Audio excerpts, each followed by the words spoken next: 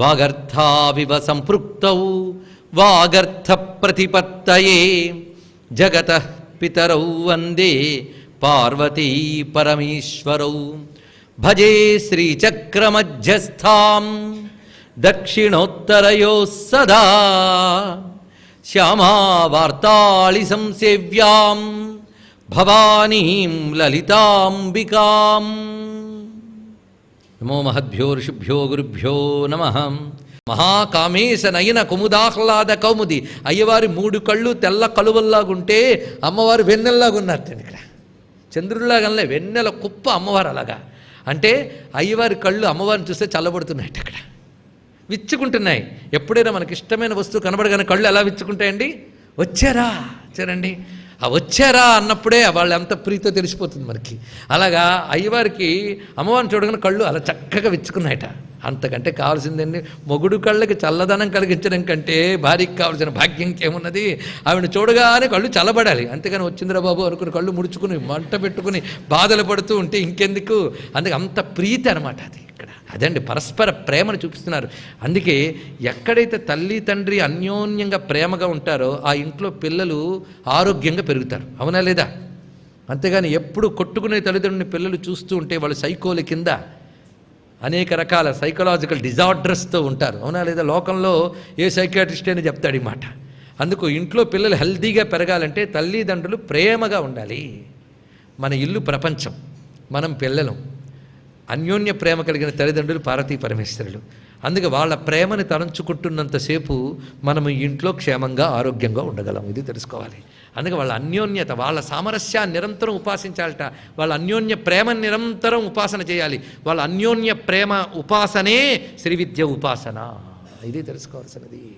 సామరస్య పరాయణ, అది విషయం ఇక్కడ. వాళ్ళ అన్యోన్య ప్రేమ. అమ్మవారికి ఆయనంటే ఎంత ప్రేమో ఆయనకి ఆవిడంటే అంత ప్రేమ. దాంపత్యం అంటే ఇదండి.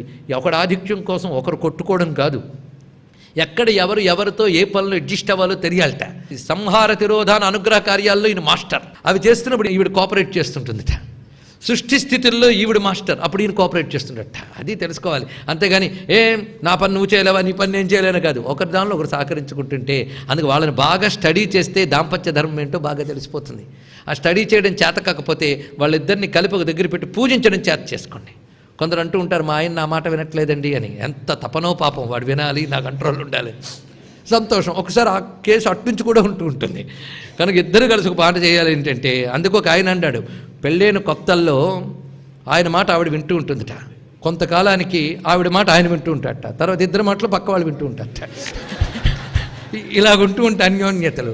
అలా కాదు కదా. అన్యోన్యత అనేది పరస్పరం ఎలా ఉండాలనేది వాళ్ళ దగ్గర. ఇంత హార్మనీ సృష్టిలో ఎక్కడ లేదని. హార్మనీ అంత ట్యూన్డ్, అంత గొప్ప. రెండు ఒకే ట్యూన్ అలా ఉండగలగాలట.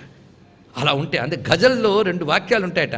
మొదటి వాక్యమే రెండో వాక్యం చెప్పగానే ఆహా అనిపిస్తుందట. ఎందుకంటే 2 వాక్యాలకు ఉన్నటువంటి అన్యోన్యత అంత గొప్పదన్నాడు. అందుకే పార్వతీ పరమేశ్వరులు కలిపి ఒక అందమైన గజల్ అండి వాళ్ళు.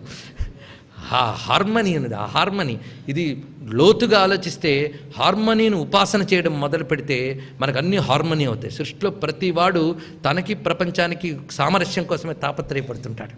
అందుకే తన చుట్టూ ఉన్న వాళ్ళందరూ తనకు అనుకూలంగా ఉండాలని అనుకుంటుంటే ట్యూన్ చేసుకోవడం, దీన్ని మనం ట్యూన్ అవ్వాలి.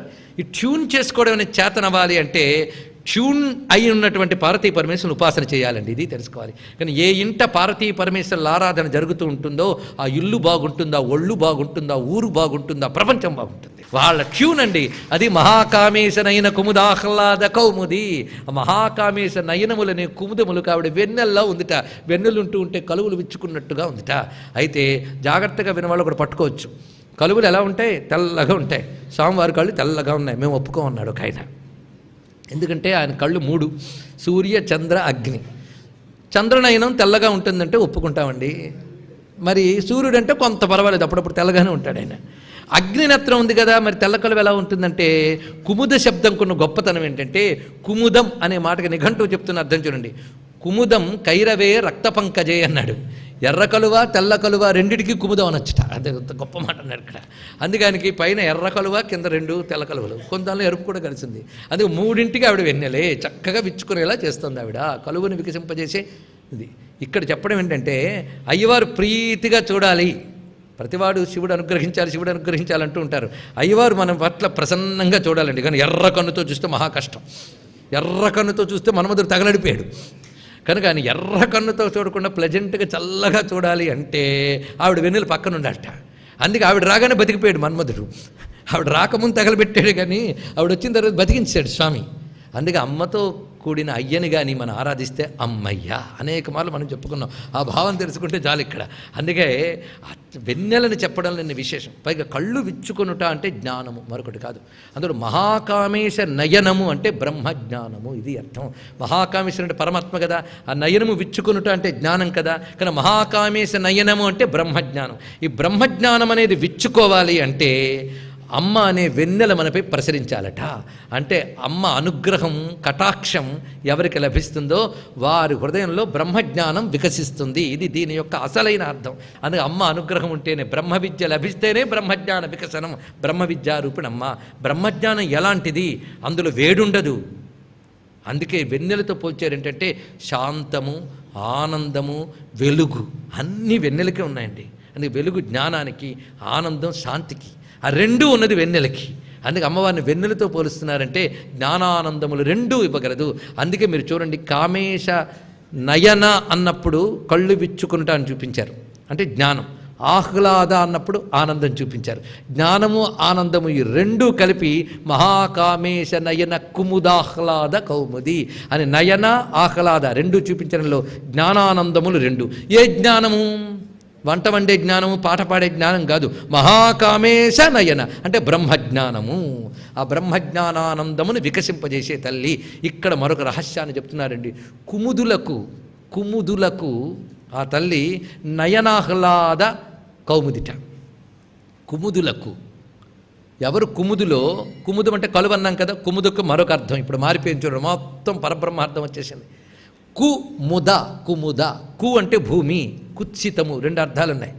ముద అంటే ఆనందము. ఈ భూమి యందు దొరికేటటువంటి కుత్సితమైన ఆనందాలే పరమార్థమని జీవించుతూ ఉంటే అటువంటి వారు అమ్మని కొలవడం ప్రారంభించాక ఆ తల్లి ఆ కుముదులకు అంటే భూమి మీద దేవుళ్ళాడేటటువంటి జీవులకు భక్తుడైపోయాడు కదా. ఇప్పుడు వాడికి ఒక క్వాలిఫికేషన్ వచ్చింది, వీడు కుముదుడే. అమ్మవారిని పూజించే వాళ్ళందరూ కుముదులే, వాళ్ళకు కూడా భూమి యందు సుఖాలు కావాలి. కుముదులు అంటే భూమి యందు సుఖమునకై ఆశించువారు. అర్థమవుతుంది కదా తేలిగ్గా. అందరం కుముదులమే. అమ్మ భక్తులమైపోయారు. అమ్మ భక్తులైపోయాక అమ్మ ఏం చేస్తుందంటే కుముదులైన జీవుల్ని, అంటే భూమి యందు తిరుగుతూ ఆనందిస్తున్న జీవులు భక్తులవగానే వాళ్ళని అమ్మ వెన్నెల్లా అనుగ్రహించి వాళ్ళకి ఆ కుముదులకి మహాకామేశ నయన ఆహ్లాద కౌముది అవుతుందట. వాళ్ళకి బ్రహ్మజ్ఞానానందములు అందిస్తున్నదండి. ఇది దీని యొక్క అర్థం. ఎంత విశేషమైన భావం వచ్చిందో చూడండి. అందుకు బ్రహ్మజ్ఞానము ఆనందము కలిగించేటువంటి తల్లి. ఇది కౌముది. కౌముది అని ఎందుకు అన్నారు? గొప్ప మాట. వెన్నెలొస్తే భూమికి అంతటికీ ముదమే కదా, అందుకు కౌముది అన్నాడు ఇక్కడ. వెన్నెలొస్తే భూమికి ఆనందం, అంతే కదా. కౌముది అని ఏ వెన్నెల అనాలి చూడండి.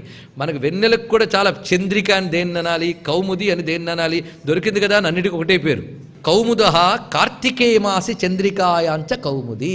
కార్తీక మాస పూర్ణిమ నాటి వెన్నెలనే కౌముది అనాలండి. ఇది ఒక్కటే శరత్ పూర్ణిమల్లో చివరిది. ఇది చాలా ప్రధానం.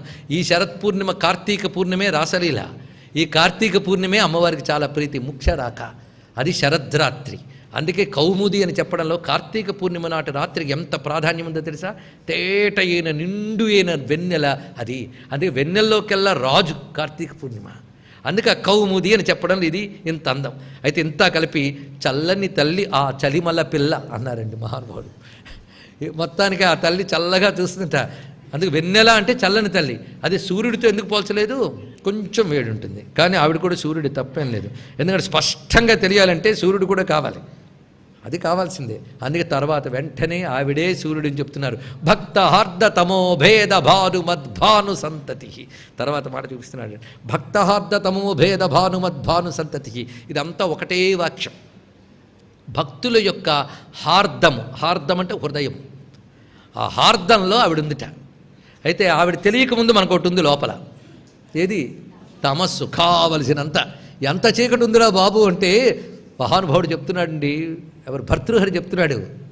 అయ్యా అంతఃస్ఫుర్జటపార మోహతిమిర ప్రాగ్భారం గొప్ప మాట చెప్పాడు. అంతఃస్ఫూర్చదపార మోహ తిమిర ప్రాగ్భారం. అనేక జన్మల నుంచి మోసుకొస్తున్నటువంటి మోహాంధకారం ఉంది మనకి. కటిక చీకటి, మామూలు చీకటి కాదు. దానిపైన ఒక వెలుగుందని కూడా ఎప్పుడూ తెలియదు. అది అందరి హృదయంలో ఉందండి, భక్తుడి గుండెలో కూడా ఉంది. వాడికి ఒక్కటే క్వాలిఫికేషన్ ఏంటంటే అమ్మను పట్టుకున్నాడు అంతే. భక్తుడికి మామూలు వాళ్ళకి తేడా ఏమిటంటే వీడు అమ్మను పట్టుకున్నాడు. అమ్మను పట్టుకోగానే వీడికి బిరుదు వచ్చేసింది భక్తుడు అని. ఎంత గొప్పవాడు! భక్తుడు అంటే ఆశ్రయించిన వాడు, ప్రేమగా ఆశ్రయించాడు. వీడికి ఇంకేం అక్కర్లేదు, చీకట్టు పోగొట్టుకునే ప్రయత్నం ఏం అక్కర్లేదు, అమ్మను పట్టుకునే ప్రయత్నం చేయాలి. పట్టుకోవడం అంటే ఒక అమ్మ విగ్రహం వెతుక్కోవడం, పాదాలు పట్టుకోవడం కదా. పట్టుకొనుట అంటే నిరంతర చింతన, అది కావాలి. అందుకే నిరంతర చింతన, భావన, ఇవే మనం చేస్తున్నది. నిరంతరం అమ్మనే చింతన చేస్తూ, అమ్మనే భావన చేస్తూ, అమ్మనే కీర్తన చేస్తూ, అమ్మనే ఆరాధిస్తూ, ఇది పట్టుకొనుట. వాడు భక్తుడు. అలాంటి భక్తుల గుండెల్లో అనేక జన్మల నుంచి వస్తున్నటువంటి మోహాంధకారాన్ని పటాపంచలు చేయడానికి ఆ గుండెల్లో ఆవిడ ఉదయిస్తుందండి. ఒక్కసారి రాత్రంతా ఎంత చీకటో, పొద్దున్న సూర్యభగవాన్ రాగానే అంత చీకటి పటాపంచలైపోలే. అలాగే జన్మల చీకటి గుండెలో ఉంటే అమ్మని ఆరాధన చేస్తుంటే ఆవిడ ఒక్కసారి కారుణ్యంతో, ఆరుణ్యంతో వస్తుందండి. ఆ కరుణ అరుణ కాంతులతో ఒక్కసారి ఉదయిస్తుంది. ఆవిడ ఉదయించగానే ఎన్ని కాంతులు తెలుసా? భానుమత్, భాను సంతతికి. భానుమత్ అంటే సూర్యుడు, భాను సంతతికి అంటే సంతతి అంటే సమూహం, రకరకాల కాంతి కిరణాల సమూహాన్ని వెదజల్లుతుంది ఆవిడ ఒక్కసారి. అవి రాగానే ఒక్కసారి ఇంతకాలం భక్తుడి హార్దములో ఉన్న తమస్సు భేదమైపోతుందండి. భక్త హార్ద తమో భేద అంటే ఆ లోపలున్న తమస్సునంతటి భేదిస్తూ భానుమత్ అనేక వెలుగులతో ఆవిడ వస్తుంది. వెంటనే ఆ వెలుగు కిరణముల పుంజముల చేత తమస్సు భేదించుతున్నది. అందుకు భక్తుల గుండెల్లో ఉన్న అజ్ఞానాంధకారమును పటాపంచలు చేసి కాంతి కిరణములను వెదజల్లే సూర్యస్వరూపము. ఇది చూపించారు. లోపలున్న తమస్సునంతటి భేదిస్తూ భానుమత్ అనేక వెలుగులతో ఆవిడ వస్తుంది. వెంటనే ఆ వెలుగు కిరణముల పుంజముల చేత తమస్సు భేదించుతున్నది. అందుకు భక్తుల గుండెల్లో ఉన్న అజ్ఞానాంధకారమును పటాపంచలు చేసి కాంతి కిరణములను వెదజల్లే సూర్యస్వరూపము. ఇది చూపించారు ఇక్కడ అమ్మవారు.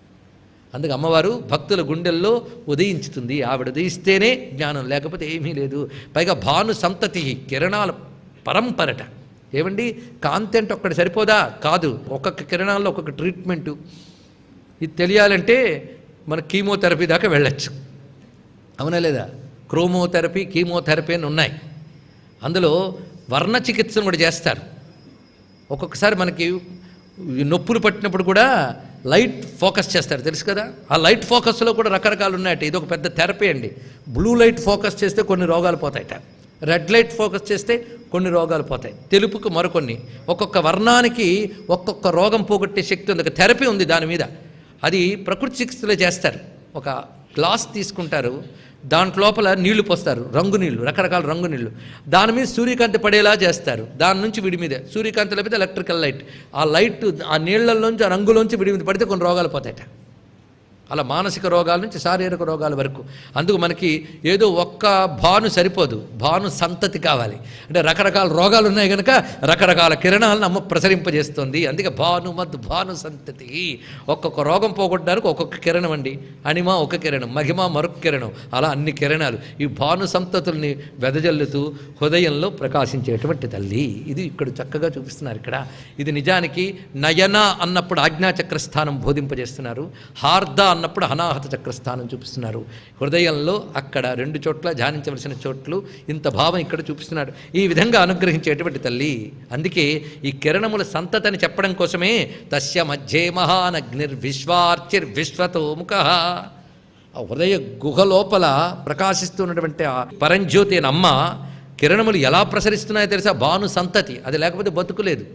నిజానికి భక్తుడికి అమ్మవారు రియలైజ్ చేస్తున్నారు అంతే తప్ప కొత్తగా రావట్లేదండి వాడు హృదయంలోకి. తెలుసుకోవాలి, భక్తుడి గుండెల్లో అమ్మవారు వస్తున్నారు అంటే కొత్తగా వస్తున్నారా? సూర్యుడు పొద్దున్న వచ్చాడండి అంటారు, పొద్దున్న వచ్చాడా? భూమటి తిరిగింది, ఇదే తెలుసుకోండి. భూమటి తిరగడంతో సూర్యుడు వచ్చాడనిపించింది.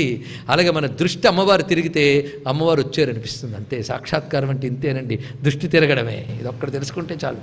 అందుకే సూర్యుడిని, భూమిని అర్థం చేసుకుంటే ఎన్నో అర్థమైపోతాయి. తిరుగుతున్న భూమి తిరగనట్టు కనిపిస్తుంది, తిరగని సూర్యుడు తిరిగినట్టు కనిపిస్తున్నాడు. అలాగే చలించిన ఆత్మ చలించినట్టు కనిపిస్తుంది. చలించడమే లక్షణంగా దేహం స్థిరమనే భ్రాంతి కలుగుతుంది. చూడండి ఇక్కడ విషయం. ఆ లోపల దాన్ని ఒకసారి చూడంటే హార్ద హృదయం అంతర్ముఖుడివే చూడగానే ఆ లోపల అసలు జ్యోతి దర్శనమిస్తున్నది.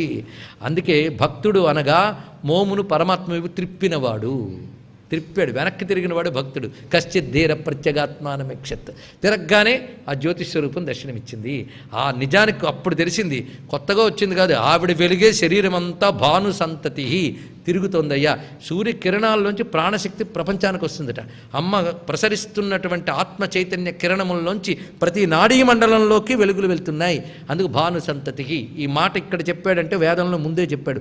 తిర్య గూర్ధ్వమధశాయి రశ్మయస్తస్య సంతత సంతాపయతి సందేహం ఆపాదతలమస్తక. చదువుతున్నామా లేదా? అక్కడ సంతత వచ్చిందా లేదా? అక్కడ పట్టుకోడు భాను సంతతి. అది ఆ వేదము లలితా సహస్రము దానికి ఉన్నటువంటి అంతంత అనుబంధం. ఇప్పటి నుంచి మరొక విద్యలోకి వెళ్తున్నాం. ఈ విద్యలో ఉపాసింపబడే దేవత పేరు శివదూతి దేవత. ఇక్కడ నుంచి మంత్రములు కొన్ని గుర్తులున్నాయి. ఈ శివదూతి నుంచి సూక్ష్మ రూపిణి వరకు ఉన్న నామములు 64 నామాలు ఒక విద్యట. ఇది శివదూతి విద్య. శివదూతి విద్య ప్రయోజనం చాలా విశేషం, తెలుసుకుందాం. ముందు శివదూతి అంటే ముందు మనకి కథో విగ్రహమో రూపమో కావాలి కదా, ముందే చెప్పేసుకుందాం, తర్వాత అసలు దానిలోకి వెళ్దాం. అందుకు శివదూతి. ఈ శివదూతి అనేది ఒక అమ్మవారు. ఈ అమ్మవారు మనకి సరిగ్గా షోడశ తిథినిత్యల్లో శుక్లపక్ష సప్తమి నాటి దేవత. దీని తర్వాతే త్వరిత మనకు వస్తుంది. శివదూతి త్వరిత. అందుకు తిథినిత్యా దేవతల్లో సప్తమి తిథి దేవత. సప్తమి సామాన్యం కాదండి, దానికో చాలా శక్తి ఉన్నది. అందుకే సూర్యుడికి సప్తమి చాలా ప్రధానం అంటాం కదా. ఈ సప్తమి తిథికి ఒక ప్రత్యేకత ఉన్నది. మొత్తానికి సప్తమి తిథి దేవత ఈ తల్లి. ఆ తల్లికి మనం నమస్కారం చేసుకోవాలి. శివదూతి అనే దాంట్లో ఎన్ని అందాలు ఉన్నాయో పరిశీలిద్దాం. ముందు శివదూతి ఎవరు అంటే, శుంభులతో యుద్ధం సమయంలో అమ్మవారు ముందుగా వాళ్ళు బుద్ధి తెచ్చుకుండా రా అని కబురు పంపదలుచుకుందిట. మీరా బుద్ధి తెచ్చుకుని శరణు వేడారా అభయమిస్తాను, శరణు వేడలేదో తల తీస్తానని ఆవిడ సందేశం పంపదలుచుకుంది. ఆ సందేశం పంపడానికి ఎవరి ద్వారా పంపిద్దామా అని చూసిందిట. అప్పటికే ధూమ్రాక్షుడు మొదలైన వాళ్ళు పనులు అయిపోయాయి కనుక ఇంకనైనా మిగిలిన వాళ్ళని, ఎందుకంటే ముందు 2 దెబ్బలు తిన్నా బుద్ధి వస్తుందేమో అని ఉంటుంది కదా, అప్పుడు రాకపోతే అసలు దెబ్బతీసేయాలి. అందుకు ముందు యుద్ధంలో ముందు ధూమ్రాక్షుడు, తర్వాత చండముండులు, ఆ తర్వాత రక్తబీజాలు, దాని తర్వాత శుంభనిశుంభులు. ఇవన్నీ కథ కదా మనకి. అక్కడ ఆ శుంభనిశుంభులపై ఆ తల్లి ఇకనైనా బుద్ధి తెచ్చుకుని శరణు వేడారా అభయమిస్తారు, లేదా యుద్ధంలో చస్తారు జాగ్రత్త అని సందేశం పంపించదలుచుకుంది. పంపించదలుచుకున్నప్పుడు ఎవరి ద్వారా పంపాలని ఆలోచించింది. వాళ్ళు ఆయన్ని పిలిచింది. అప్పుడు వీళ్ళు చెప్పని చూసారా ఆవిడ ఎలా చెప్తారు. దూతని అపాయింట్ చేసి పంపించిందంటే అర్థం ఏంటి? స్వాధీన వల్లభ. అందుకు ఆవిడ ఎలా చెప్తే అలా వింటున్నాడు మహానుభావుడు. పైగా ఈయనకి దౌత్యం బాగా ఇలాంటి వాటికి ఈయన్నే వినియోగించుకుంటారండి. బెటర్. నమో దూతాయ చ ప్రహితాయ చ. ఈయన దూతగా వెళ్ళడం అంటే ఈయన బాగా తెలుసుట. అందుకే రాముడు పంపిన ఈయన్నే పంపాడు. ఎవరిని? ఆంజనేయ స్వామి వారు. అప్పుడు వచ్చాడు ఈయనే.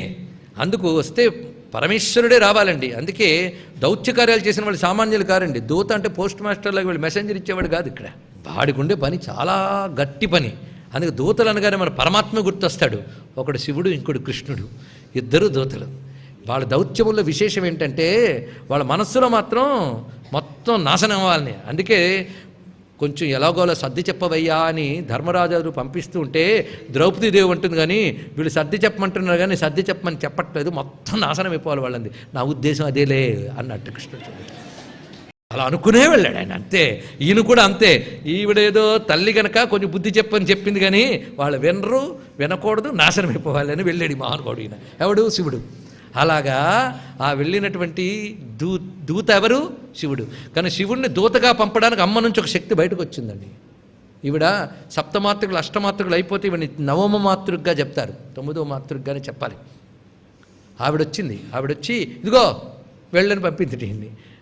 ఆ రూపంతో వచ్చి పంపింది. కానీ శివుణ్ణి దూతగా చేసిన తల్లి కనుక శివదూతి అని పేరు ఆవిడికి.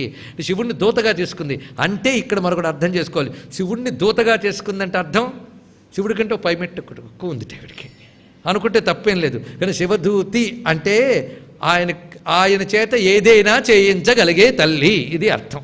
మనకు ఆ తల్లే కావాలి. ఇప్పుడు అని నన్ను బ్రౌమని చెప్పవే సీతమ్మ తల్లి అని అంటేనే ఆయన అనుగ్రహిస్తాడు. ఎందుకంటే ఆయన చేత అలా చేయించగలడు ఆవిడ. అందుకే శివదూతి అంటే ఆవిడ సాయపడ్డమే కాకుండా ఆయన చేత కూడా మనకు సాయం పడేలా చేస్తుంది. మన యొక్క అవిద్యను పూర్తిగా నాశనం చేయడానికి పనికొచ్చేది శివదూతి. ఆయన వస్తేనే. శివదూతి అంటే ఏమిటో తెలుసా? గురు రూపంగా వచ్చిన అమ్మవారు. ఇది తెలుసుకోవాల్సిన ప్రధానమైన భావం. మనలో అవిద్య నాశనం కోసమని ముందు అమ్మవారు గురువు ద్వారా అనుగ్రహం పంపిస్తారు. అదే అందుకే అమ్మ అనుగ్రహం పొందడానికి పనికొచ్చేటటువంటి జ్ఞానము, భక్తి, ఈ రెండిటికి శివదూతి అని పేరు. కనుక శివదూతి అంటే శివభక్తి. ఎన్నో జన్మలు గడిచిపోయాయి, భక్తి మాత్రం రాలేదు. గజ్జన్మలో భక్తి లేదని నువ్వు ఎలా చెప్పగలిగావు? ఉంటే ఇప్పుడు పుట్టేవాడిని కాను కదా. అప్పుడు లేదు, అప్పుడు భక్తి లేదు, జ్ఞానము లేదు. ఇప్పుడు వచ్చింది అంటే ఎన్నాళ్ల తర్వాత శివభక్తి వచ్చింది అంటే శివదూత వచ్చింది. దూత వచ్చాడంటే సహకరిస్తాడు, మన లింక్ పెట్టేవాడే దూత, అంతే కదా. అందుకు శివభక్తియే శివదూతి, శివజ్ఞానమే శివదూతి. కనుక శివదూతి అంటే శివజ్ఞాన రూపిణి, శివభక్తి రూపిణి. ఇది దీనికి అర్థం చేసుకోవాల్సింది. దీనికి తెలుగు చేస్తూ గొప్ప మాట చెప్తున్నారండి మహానుభావుడు. ఎవరు? అది మహానుభావుడు అంటే ఆయన ఏం తెలిసింది కదా. సరే, మగని గెలిచిన చలిమల దొరపిల్ల. ఎంత గొప్పగా చెప్పాడండి. చలిమల దొరపిల్ల, మాటగా పార్వతమ్మ అని గుర్తు చేస్తున్నాడండి. చలిమల దొరపిల్ల, మగని గెలిచిన చలిమల దొరపిల్ల అని చెప్పడంలో మగని గెలిచిన అంటే శివుడిని దూతగా పంపగలిగిందంటే కమాండ్ ఎవరిదో తెలిసింది కదా, ఆవిడ కమాండ్ బట్టి వెళ్ళాడు. అందుకే మగని గెలిచిన. రెండో భావం చెప్తున్నాడు శివదూతిలో. దొడ్డవారలకు పెంద్రోవ తారుపుది. తారుపుది ఆ మాట. తారుపు అంటే ఇట్టుంచి తీసుకెళ్ళడం, మార్చుట అని అర్థం. ఇట్నుంచు పెంద్రోవ తారుపుది. పెనుద్రోవ అంటే గొప్ప మార్గం. గొప్ప మార్గం అంటే సన్మార్గం. సన్మార్గం అంటే జ్ఞాన మార్గం, భగవన్ మార్గం. ఆ జ్ఞాన మార్గంలోకి తీసుకువెళ్ళున్నది ఎవరికి? దొడ్డవారలకు. గొప్ప మాట. సత్పురుషులకు, పుణ్యాత్ములకు, సాధకులకు, యోగులకు, భక్తులకు గొప్ప మార్గమునకు తీసుకువెళ్ళే తల్లి శివదూతి. ఎంత అందమైన మాట ఇచ్చారు. అందుకే దొడ్డవారలకు పెంద్రోవ తారుపుది, ఇది శివదూతి. కనుక శివదూతి అంటే కథలో ఉన్న శివదూతిని తెలుసుకోవాలి, తిథినిత్యాదేవతల్లో శివదూతిని తెలుసుకోవాలి, శివజ్ఞాన రూపిణి అనే భావం కూడా తెలుసుకోవాలి. శివదూతి. పైగా శివదూతి తీర్థం ఒకటి ఉందండి. ఇది ఎక్కడుందంటే పుష్కర క్షేత్రంలో ఉందిట. పుష్కరే యా వ్యవస్థిత శివదూతి తథావేది. ఈవిడ క్షేమంకరి సదా అన్నారు. ఈ శివదూతి క్షేమంకరి. అందుకే ఎప్పుడైనా సరే శివదూతిని తలంచుకుంటూ ఉంటే మన మార్గాల్లో కాపాడుతుంది. అందుకే పెంత్రోవ తారుపుది అని చెప్పడంలో గొప్ప మాట. ఎందుకంటే శివదూతి మార్గరక్షక శక్తి. క్షేమంకరి అయిన శివదూతి దేవికి నమస్కారం చేసుకుని శివారాధ్య, ఇది మరో మెట్టు పైకండి. శివారాధ్య, శివుడి చేత ఆరాధింపబడేది. మొదటి దేవులో సరిగ్గా అర్థం చేసుకోలేకపోతే రెండోసార్లు కన్ఫర్మ్ అది. శివుడు ఆరాధన చేస్తూ ఉంటాడు అమ్మవారిని ఎప్పుడు కూడా. అంటే అర్థం ఏంటి? ఇది చెప్తున్నాడు. శివారాధ్య అంటే శివుని చేత ఆరాధింపబడినది. ఆరాధింపబడినది అంటే ఆరాధన అనే ప్రక్రియ ఒకటి ఉంది కదా. ఈ ఆరాధన అనే ప్రక్రియ ఆరాధించేవాడికి తెలుస్తుంది కదా. కనుక ఆరాధించిన వాడు ఆరాధన అనే ప్రక్రియతో అమ్మవారిని ఆరాధన చేశాడు. కానీ ఈ ప్రక్రియ ఎవరికి తెలిసింది? శివునికి. కనుక ఆరాధన ప్రక్రియ పేరు శ్రీ విద్య. ఈ శ్రీ విద్యకి గురువు ఎవరు? శివుడు.